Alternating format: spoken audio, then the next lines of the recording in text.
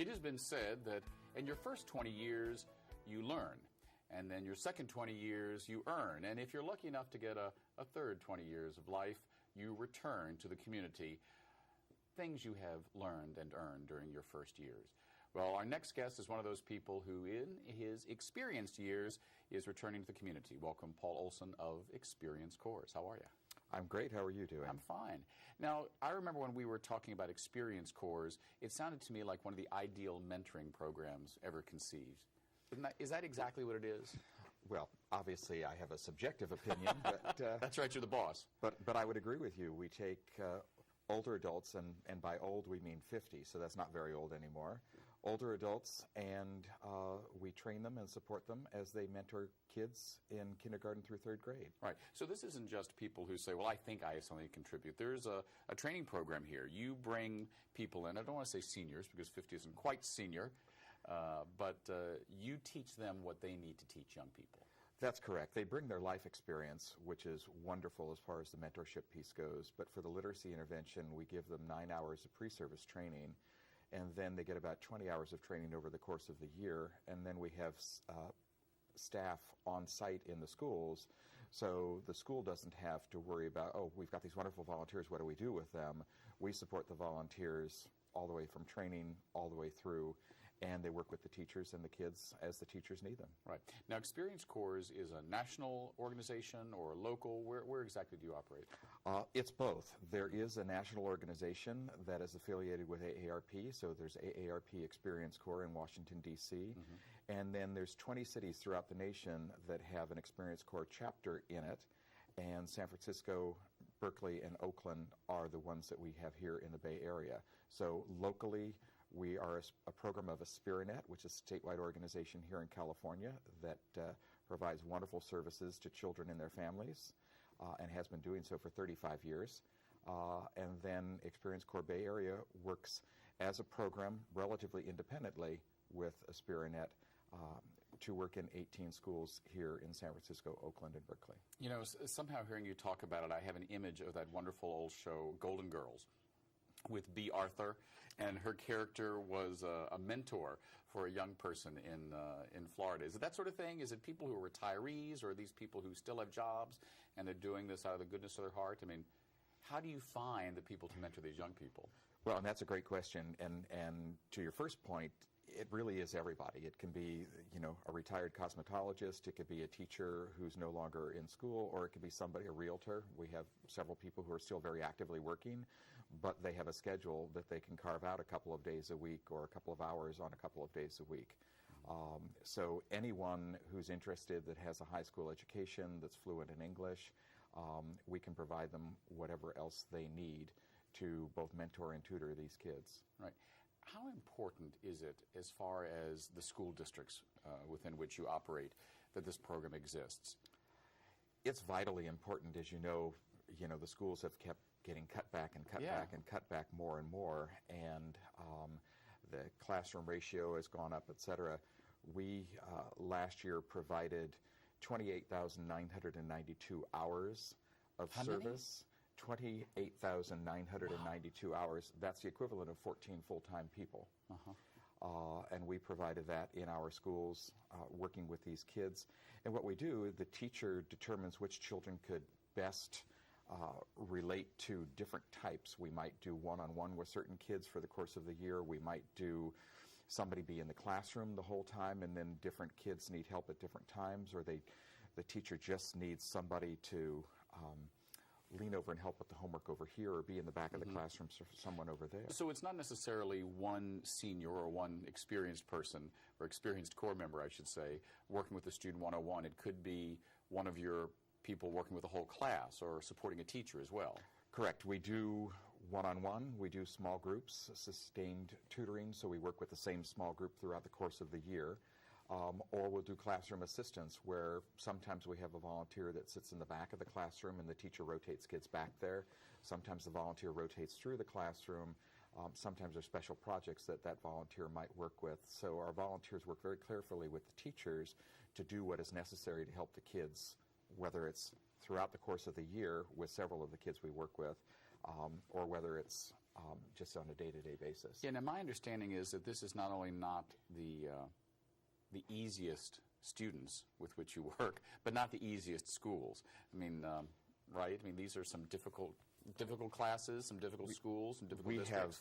We have wonderful schools within which we work, but Yeah. most of the schools we work in are in the low-income neighborhoods. If you were to go to our website, experiencecorebayarea.org, you can learn which schools we work in, and there's actually a video that shows, some of the areas in which these schools are located. The kids are traumatized by the time they get to school. So having somebody there for them all the time, someone who's consistent and that relates to them, that works with them as the teacher deems necessary, is really important to those kids, because that might not be something that they have anywhere else in their life. Go into a little more detail on that. What do you mean traumatized by the time they get to school? We have schools that are located in areas that you or I might not feel comfortable walking at night, certainly, and in the daytime as well. So East Oakland. We work in North Oakland. We work in East Oakland. We work in the Mission, the Excelsior, the Bayview. And, our schools are wonderful, nurturing places, but in order to get to that school, you've got to do some walking, and that's not always pleasant for the kids. Right. So the people that come to you and say, I want to mentor, I want to give back to young people, do you take everyone that comes in, or is there a vetting process here? There's certainly a vetting process. Mostly we want to make sure that they understand that it is a commitment. It's very, very important to the children that they have somebody that is consistent, that they're willing to go through the training. Because we're working with vulnerable populations, the government mandates fingerprinting and those kinds of things. So there is certainly a process that we go through. And then we provide them with the training that they need to succeed. There's an interview process. They have to have references. It's almost like a job. Right. Now, you've been doing this for how long with Experience Corps? I've been with Experience Corps for about 4 years. And the whole time as its director? Correct. And was it as easy as you expected or as hard as you feared? Or a little of both? I would say a little of both. I became aware of Experience Corps when I was a founding member of the local PTA of a school that's a block from my home in the Western Addition. And Experience Corps had been working in that school, and the difference was night and day. When there were consistent people coming into the school that were helping the kids, that showed up time after time, the kids were a little less reticent when they saw people in the neighborhood. They had formed kind of a bond with people who were coming in, and I saw what that could bring from being the director of the organization. On the other hand, responsible for bringing in funding. We've lost a terrific amount of government funding. We were getting funding from the United States Department of Education, but Congress decided that we didn't need mentorship funding in the Department of Education, and so we lost a lot of money there. And most recently, in this school year we're in right now, the Department of Children, Youth, and Their Families wasn't able to fund us at the level. They've been giving us $110,000 for the last several years, but they weren't able to do that anymore. All of their funding is directed to out-of-school time programs, and we provide our program during the school time. Right. So we're down about $400,000 from where we were in 2010. Now, you've got an event coming up soon, which is a fundraiser for Experience Corps, correct? Talk to me a little bit about that. So we have an event coming up on May the 4th in the afternoon. It's at the Martin Lawrence Gallery right off Union Square on Geary Street. And it's called Generations of Success, which clearly ties together our volunteers, the teachers that we work with, the students that we work with, and the allies that support the work we do. And so it's going to be a great event. More information is available on our website, experiencecorebayarea.org. What do you think is the most important part of what you do for these kids? Is it the curricula? Is it the stuff they learn? Or is it the interaction with someone who cares about them of another generation? Well, I think it's all of that wrapped together.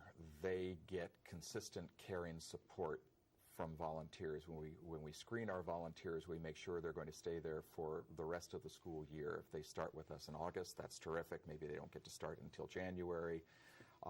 But when they come on board, they're with us until the child leaves for summer vacation. And that child knows that if that volunteer is there every day or scheduled for twice a week or whatever, that that volunteer is going to be there for right. him Now, or and her. have you had people, I guess you'd say, repeat mentors? I mean, how many people have been with you for, several years? About 20% of our core has been around for more than 5 years. We have about 60% of our core that's been around for 3 years. So there is turnover, particularly in the economic circumstances that low-income people find themselves in these days. So we don't have the retention rate as high as we'd like it to be, but it's pretty strong. We have people who have been with us for a dozen years and look to go another dozen. Right. Now, in the 4 years you've been there, I'm sure you've heard some incredibly moving stories and also probably just some heart-wrenching ones. Is there one that sticks with you about a kid that you felt, boy, we really changed their life? Or even a mentor that out of this program gained something in their later years? There are more stories that I can tell, and I start to tear up even as I think of them. You touch on a very key point there about the mentors. This isn't just us helping the kids. This is us helping the adults. They become physically, mentally, and emotionally stronger through this program, partially because of the support we give them, partially because they have something meaningful to do. We measure the work that they do. We get evaluations from the teachers, assessments from the schools. So we're able to tell them not just could they see Johnny's eyes light up, but that Johnny might have scored 10% higher, et cetera. 42% of the kids that we worked with last year increased by at least one level over the course of the year. So that means not only did they go up by a level, but they kept up with the increased classwork that they had to do. That's pretty incredible for the kids that we work with. I mean, not to be overly dramatic, but besides the fact that you're helping these young people on an educational path, you talk about some of the neighborhoods they come from and some of the life experience that challenges them even before they get behind their school desk. Do you think you're saving lives, too? Well, I hate to be dramatic, but it's interesting. Delane Easton, who is our former California Superintendent of Public Instruction, spoke at our event last year, and one of the comments that she made was, you and your allies are literally saving lives. These are kids that otherwise might not know that they can succeed. They may not come from a family where success is embedded in what that family does. And to provide them with someone that not only can give them the schooling that they need to reinforce what the teachers are doing, but who can give them the patience and the feedback and the caring that they may not get at home. Their parents might be working 2 or 3 jobs just to survive in the towns that we live in here in the Bay Area. It may be difficult for them otherwise, but they have somebody that shows up consistently that tells them that they can make it. These are kids that most people don't see, but these can be kids to be the next generation's leaders if we can give them those positive options. Well, thanks for your work with Experience Corps, helping lives and maybe saving lives. Thank you. Next up, we'll be learning about, well, the art of good eating. Our conversation with artist Siggy Arnejo. We'll be right back.